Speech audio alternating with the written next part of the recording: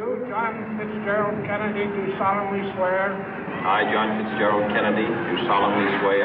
That you will faithfully execute the office of President of the United States. That I will faithfully execute the office of President of the United States. And will, to the best of your ability.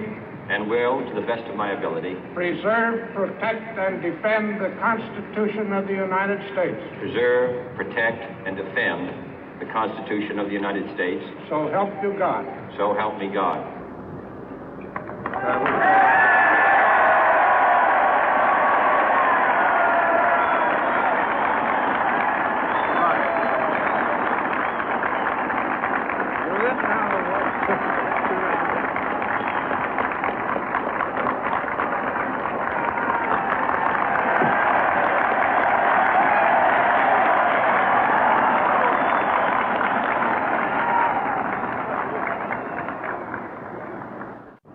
Vice President Johnson, Mr. Speaker, Mr. Chief Justice, President Eisenhower, Vice President Nixon, President Truman, Reverend clergy, fellow citizens.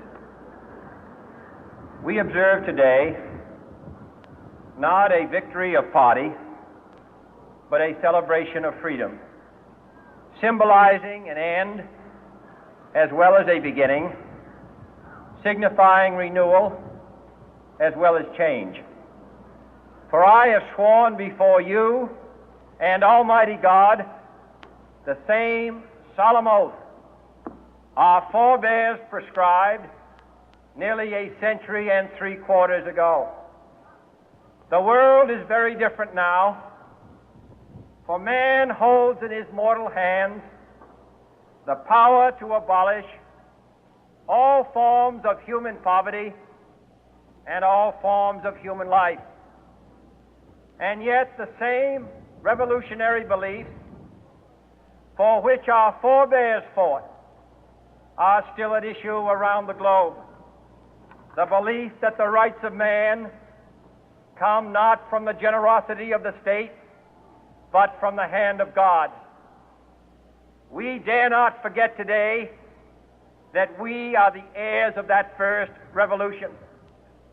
Let the word go forth from this time and place to friend and foe alike that the torch has been passed to a new generation of Americans born in this century, tempered by war, disciplined by a hard and bitter peace, proud of our ancient heritage, and unwilling to witness or permit the slow undoing of those human rights to which this nation has always been committed and to which we are committed today at home and around the world.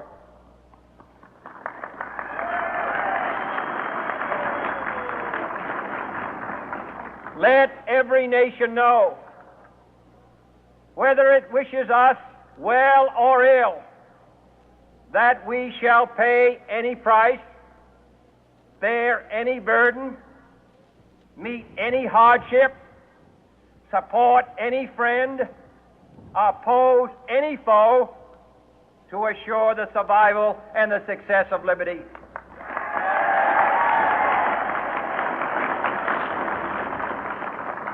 This much we pledge and more.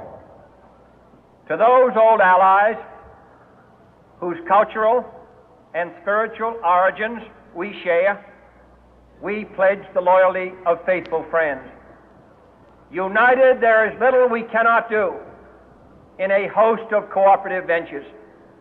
Divided, there is little we can do, for we dare not meet a powerful challenge at odds and split asunder. To those new states whom we welcome to the ranks of the free, we pledge our word that one form of colonial control shall not have passed away merely to be replaced by a far more iron tyranny.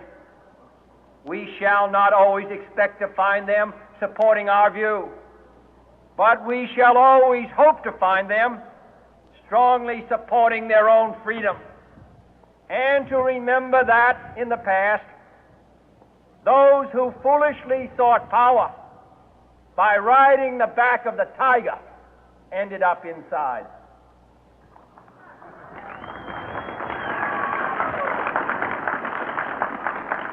To those people in the huts and villages of half the globe struggling to break the bonds of mass misery, we pledge our best efforts to help them help themselves for whatever period is required, not because the communists may be doing it, not because we seek their votes, but because it is right.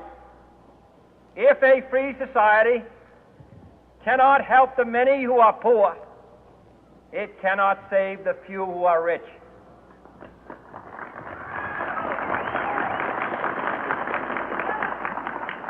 To our sister republics south of our border, we offer a special pledge to convert our good words into good deeds, in a new alliance for progress, to assist free men and free governments in casting off the chains of poverty. But this peaceful revolution of hope cannot become the prey of hostile powers. Let all our neighbors know that we shall join with them to oppose aggression or subversion anywhere in the Americas. And let every other power know that this hemisphere intends to remain the master of its own house.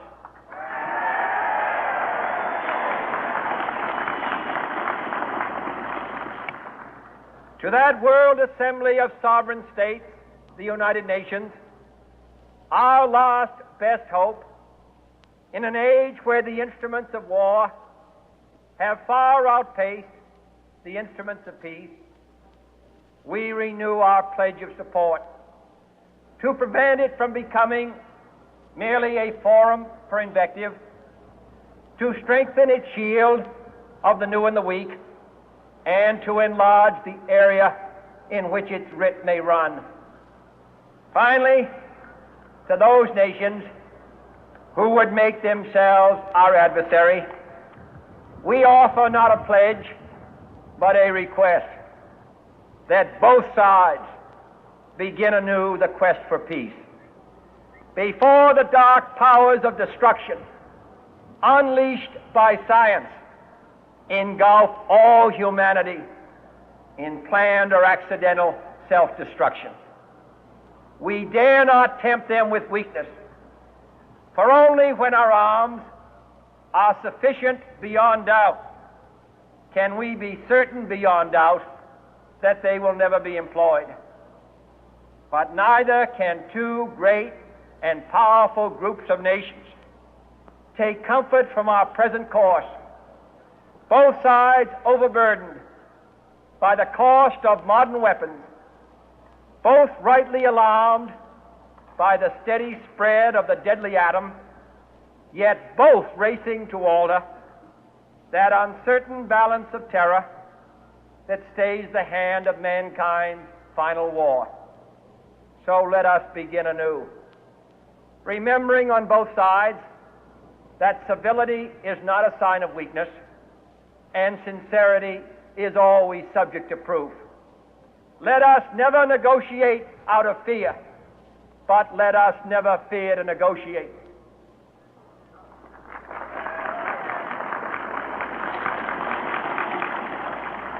Let both sides explore what problems unite us, instead of belaboring those problems which divide us. Let both sides, for the first time, formulate serious and precise proposals for the inspection and control of arms, and bring the absolute power to destroy other nations under the absolute control of all nations.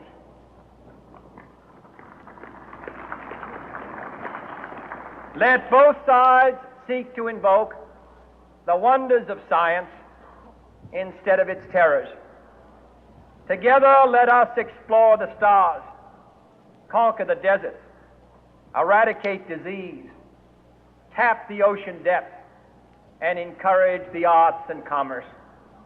Let both sides unite to heed in all corners of the earth the command of Isaiah to undo the heavy burden and let the oppressed go free.